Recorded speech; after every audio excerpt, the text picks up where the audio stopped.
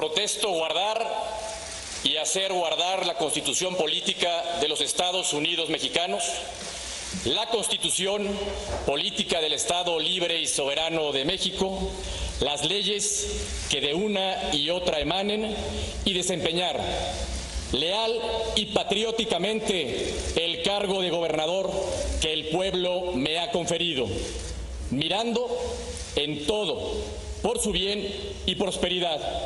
Y si no lo hiciera así, que la nación y el Estado me lo demanden. Pues ahí tiene a Alfredo del Mazo, quien rindió protesta como gobernador constitucional del Estado de México ante la 59ª legislatura del Congreso Estatal en sesión solemne. ¿Cuáles son los retos económicos que enfrenta en el Estado de México?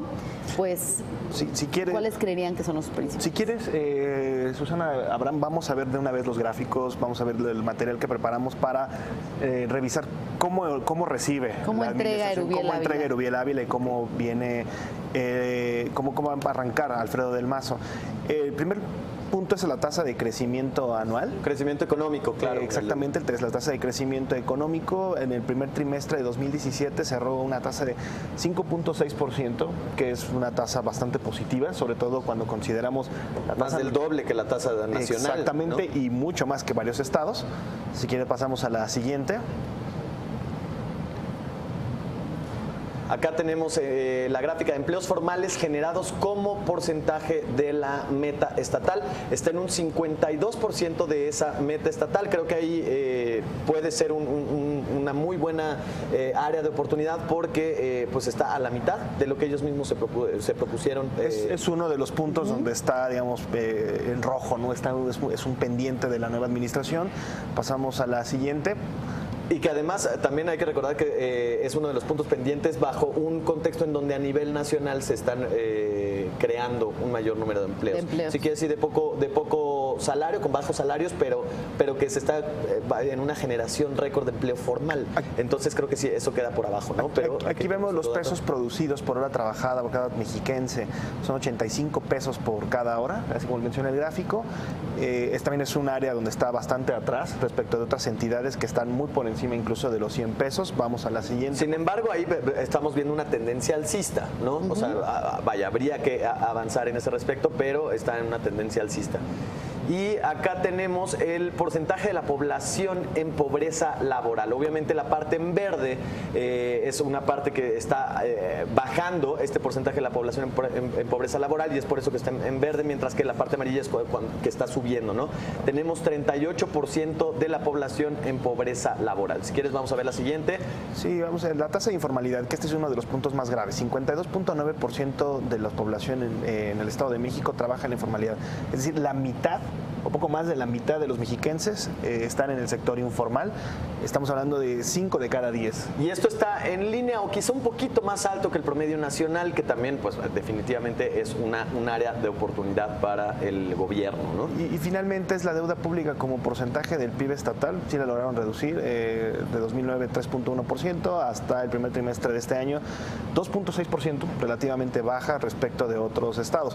Aquí, Abraham, yo diría, y Susana, yo lo que diría es que la administración de Erubiel Ávila fue incapaz de conseguir o de generar un desarrollo equitativo para todos. Realmente, si nosotros vemos la gráfica de crecimiento, como vimos ya la gráfica de crecimiento económico estatal, es hasta el final, es hasta el cierre de la administración cuando vemos un repunte. En realidad, en términos generales, vemos una entidad informal, vemos una entidad con mucha desigualdad y baja productividad. Esos tres factores, en mi opinión, han generado también que se haya acrecentado los cinturones de miseria que hay en el Estado de México, sobre todo los que abrazan a la Ciudad de México y que derivan desde luego en el tema del pues en el tema de la inseguridad, ¿no? Exacto, y ese sería también mi punto principal, digamos, para abordar el gobierno del Estado de México. O en la medida, y esto también es una copia a menor escala, pues, o una réplica a menor escala de lo que está pasando a nivel nacional. El tema es que la seguridad y el Estado de Derecho es algo sin duda muy, muy endeble en esa entidad y que, por supuesto, eso detiene, digamos, a los flujos de la inversión productiva, pues como un efecto natural, ¿no? Solo por citar algunos ejemplos, que estos son datos oficiales en datos absolutos, no en tasas relativas, sino en datos absolutos.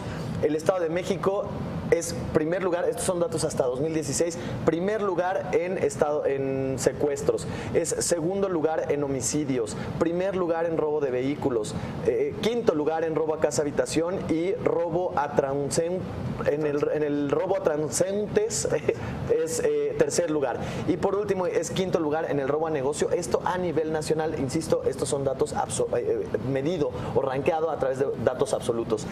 Creo que estos números pues definitivamente son preocupantes. Creo que sí debería ser una prioridad para el gobierno del Estado de México procurar el Estado de Derecho, la seguridad, para que de esa forma puedan derivar otras, digamos, mejorarse algunas otras indicadores económicos. Esos datos que mencionabas en materia de seguridad, o de inseguridad más bien, te dan el reflejo de un proyecto económico que no funcionó. Claro. A ver, el gobierno del Estado de México puede presumir cuantas veces quiera el crecimiento económico reciente, puede decir que se llegaron a hacer algunas obras públicas muy vistosas, ahí está el Mexicable, por ejemplo.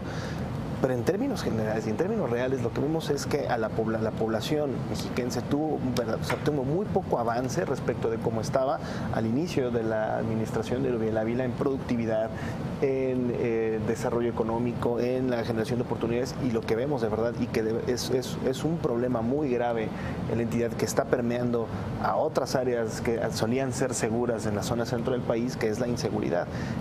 Y ahora llega el nuevo gobierno de Alfredo del Mazo. Me parece que en su proyecto económico hay pocas cosas que resalten o que podamos decir que viene un cambio verdadero para la entidad. Por el contrario, a mí me preocupa mucho que Alfredo del Mazo toma la administración sobre todo con una promesa en particular que me hace mucho ruido, que es el del salario rosa, que te puede costar miles de millones de pesos, que tiene muy poco sentido realmente para impulsar la economía de los hogares, o en este caso de las amas de casa, y que al final del día te puede llevar esa deuda que veíamos que estaba más o menos controlada, o que está controlada en el Estado de México, a niveles mucho más elevados.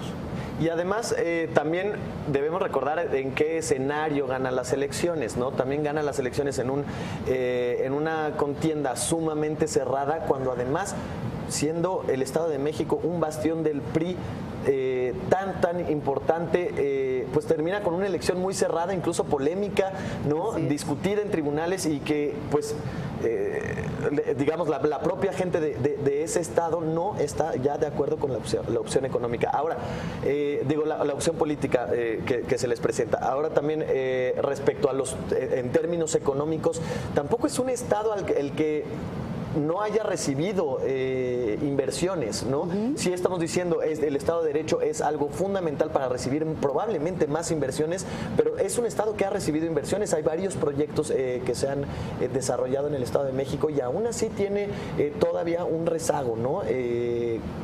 Digamos, el tren, la construcción del tren de México hacia Toluca, la vía rápida desde México hacia Toluca también.